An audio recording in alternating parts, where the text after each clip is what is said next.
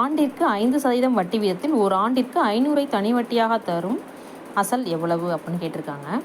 அப்போது தனி வட்டி அப்படின்னு கொடுத்துட்டாங்கனாலே நம்ம என்ன பண்ணணும், அதை மேலே எழுதிக்கணும். 500 கீழே இந்த வட்டியையும் ஆண்டிற்குன்னு கொடுத்துருக்காங்க. அப்போ 1. இப்போது தனி வட்டி மேலே வந்துச்சுன்னா என்ன பண்ணணும், எப்போதுமே 100 மல்டிப்ளை பண்ணிக்கணும் அப்படிங்கிறது ஒரு ரூலு. அதை நல்லா ஞாபகத்தில் வச்சுக்கோங்க. தனி வட்டி வட்டின்னு கேட்டாங்கன்னா கொடுத்துட்டாங்கன்னா அதை நம்ம அப்படியே மேலே வச்சுக்கணும். ஸோ இப்போ பாருங்கள், 1 5 5 5 5 50 100. இப்போ 100 மல்டிப்ளை பண்ணால் 10,000 ஆன்சர். அடுத்தது பாருங்கள், மீனா என்பவர் 9% வட்டி வீதத்தில் ஒரு வருடத்திற்கு 45 வட்டியாக செலுத்துகிறார் எனில் அவர் வாங்கிய தொகை என்ன? அதே மாதிரி தான் 45 வட்டியாக பெறுகிறார். அப்போ 45 மேலே வச்சுக்கணும். 9% வட்டி அப்படிங்கும்போது இந்த சதவீதம் கீழே வரும். ஒரு வருடத்திற்கும் கொடுத்துட்டாங்க இன்ட்டு 1. அப்போது வட்டியும் ஆண்டும் கீழே வந்துச்சுன்னா மேலே 100 வந்துடும். அப்போ 1 9 9 50 45. அப்போது 500 ஆன்சர். அடுத்து பாருங்கள், பின்வரும் வட்டி வீதத்தில் 2000 அசலுக்கு ஓராண்டுக்கு 200 தனி வட்டியாக கொடுக்கக்கூடியதாக இருக்கும். பின்வரும் வட்டி வீதத்தில் எது 2000 அசலுக்கு ஓராண்டுக்கு 200 வட்டியாக தனி வட்டியாக கொடுப்போம். 200 தனி வட்டி கொடுத்துட்டாங்க. அப்போ 200 மேலே வச்சுக்கணும்.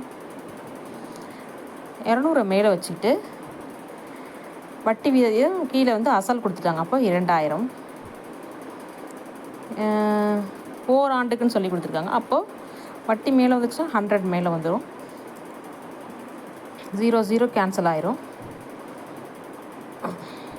இந்த ஒரு 0 இந்த 0 5 2 20. அப்போ 10% வட்டியாக இருக்கும் அப்படின்னு சொல்லி. அடுத்தது பாருங்கள், குமரவேல் ஒரு குறிப்பிட்ட தொகைக்கு 10% வட்டி வீதம் 2 ஆண்டுகள் கழித்து 750 தனி வட்டியாக செலுத்தினால் அசலை காண்க அப்படின்னு கேட்டிருக்காங்க. அசல் எவ்வளோ அப்படின்னு கேட்டிருக்காங்க. இப்போ பாருங்கள், இங்கே 750 தனி வட்டியாக செலுத்துகிறார். அப்படின்னா 750 மேலே வச்சுக்கணும். ஆண்டு எவ்வளோ கொடுத்துருக்காங்க? 10%. வட்டி 10%, ஆண்டு 2 ஆண்டுகள் கொடுத்துருக்காங்க. ஆண்டும் இதுவும் கீழே வந்துச்சுன்னா மேலே 100 மல்டிப்ளை பண்ணிக்கணும். ஸோ இதை நல்லா ஞாபகம் வச்சுக்கோங்க. ஒரு 0 1 0 1 2 2 2 10 50. இப்போ 75 × 5 3750 ஆன்சர். ஒரு வங்கியானது சேமிப்பு தொகையாக வைக்கப்பட்ட 3000க்கு 2 ஆண்டுகளுக்கு 240 தனி வட்டியாக வழங்குகிறது எனில் அவ்வங்கி வழங்கும் வட்டி வீதத்தை காண்பன்னு சொல்லியிருக்காங்க. முன்னாடி போட்ட கணக்கு மாதிரியே தான். தனி வட்டி கொடுத்துருக்காங்க. அப்போ எப்போதும் போல் வழக்கம் போல் நம்ம என்ன பண்ணணும், தனி வட்டியை மேலே எழுதிக்கணும். 240 வங்கி வட்டி வீதத்தை காண்கன்னு சொல்லியிருக்காங்க. அப்போ கீழே வந்து 3000. எத்தனை ஆண்டுகள் கொடுத்துருக்காங்க? 2 ஆண்டுகள். மேலே வந்து 100 மல்டிப்ளை பண்ணிக்கணும்.